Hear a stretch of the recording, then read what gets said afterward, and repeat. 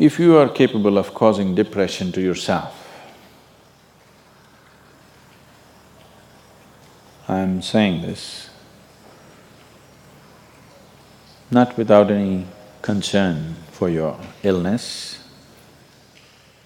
or not due to lack of compassion, because that is the nature of what's happening to you.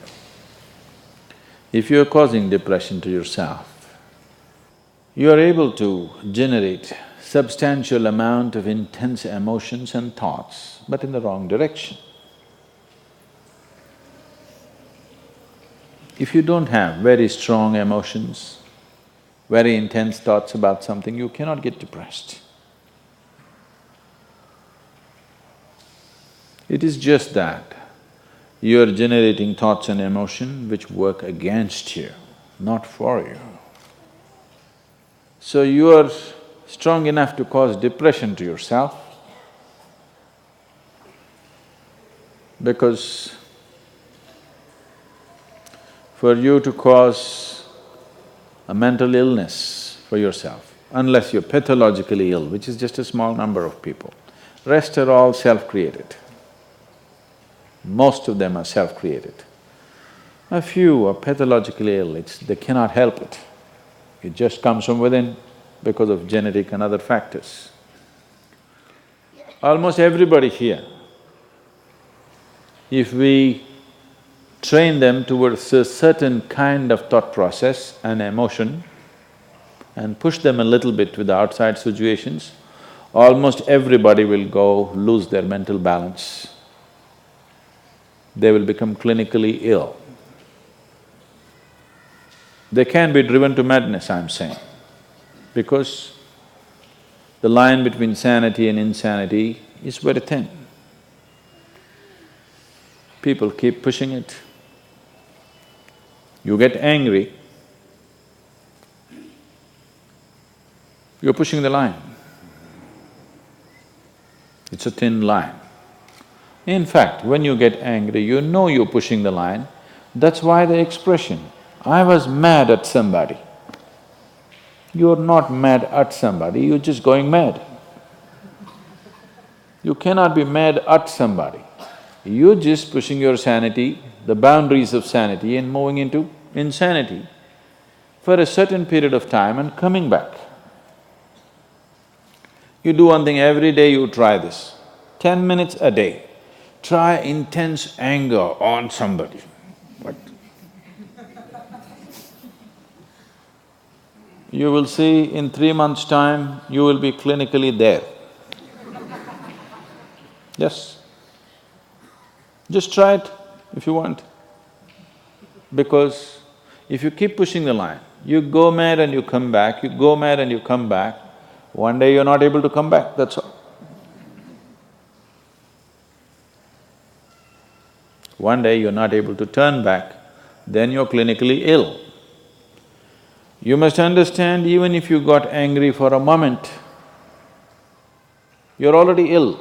Maybe you don't get the certificate of diagnosis. They don't slap a certificate on you that you're gone, but you are going, isn't it? You think it's your right to throw tantrums, you think it's your right to get angry with people, you think it's your privilege to be depressed so that you'll get attention from somebody. You keep playing this, one day you will not be able to turn back. Keep crossing the line every day, one day you will see you cannot cross back. That day, you need a doctor. Till then, everybody needed a respite from you, but the day you can't cross back, they get the respite because now they can catch you and give you to a doctor. Otherwise, you're temporarily going mad every day, many times a day. They cannot even send you to an asylum, they have to bear with you, your family, your friends, your people around you. If you get at least truly clinically ill, we can hand you over. There's one temple in Tamil Nadu, where they chain you and keep you. where there is no hospital, no psychological for ailments, there's no hospital, there is a temple that somebody created which is supposed to push people back into sanity. So, families just take them and leave them there, they're shackled and left in the temple. You give them some money, they'll feed you, and you're just there like an animal, tied up. I think if hospitals were run like this, a lot of people wouldn't go crazy. They would maintain their sanity. Right now it's too deluxe. If you make hospital extremely comfortable, it'll become an incentive to become sick. And you have incentives in your life to become ill, right from your childhood. You got the maximum attention only when you fell ill. When you are happy, they screamed at you. When you squealed in joy, they screamed back at you, adults. You… then boo-boo, boo-boo, boo-boo, boo-boo. When you are a child, physical illness is good because you'll get attention from your mother and father and everybody around you, and you don't have to go to school on that day. So you learn the art of falling physically ill. But once you get married, you learn the art of becoming mentally ill. Because if you want to get attention, you go sit in a corner, act depressed, people will pay attention to you. So, you keep playing this game, one day you're not able to cross the line back. That day, you're clinically ill. Unfortunately, in many ways, not just in the way that I said now, in many different ways, I would say 70% of illnesses on the planet, all kinds, are self-created. Even if you get an infection, there is a way. If you keep yourself in a certain way, physically and mentally, the virus and the bacteria will not work the same way as it works upon somebody else.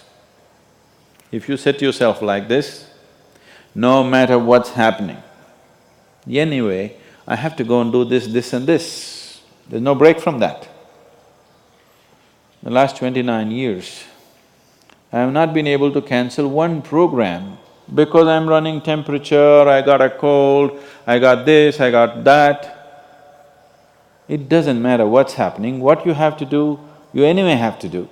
You can't turn back on that. Either out of your commitment or you have a boss like that.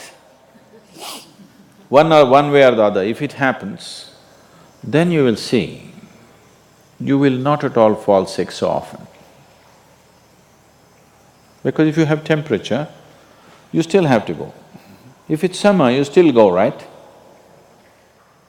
Now, a lot of people don't go. It's a little hot outside, they don't go and work. Little cold outside, they don't go and work. A little raining, they won't go and work. A snowflake, they will not go and work. This is just weather. So for every change in weather, if you have the comfort of covering yourself in a blanket and lying down, once you create that, your body will learn to fall sick as often as possible.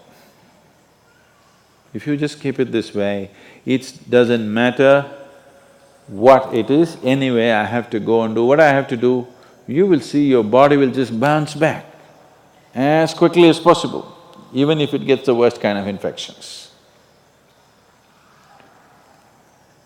So, you just have to set the necessary conditions for health, necessary incentives for health, both for yourself and your children if you have them.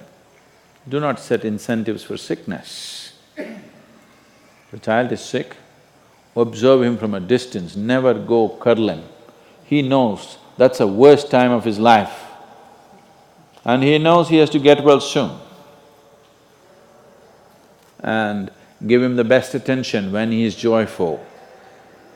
You will see he naturally learns from within. His very chemistry will learn that it pays to be joyful, it doesn't pay to be sick.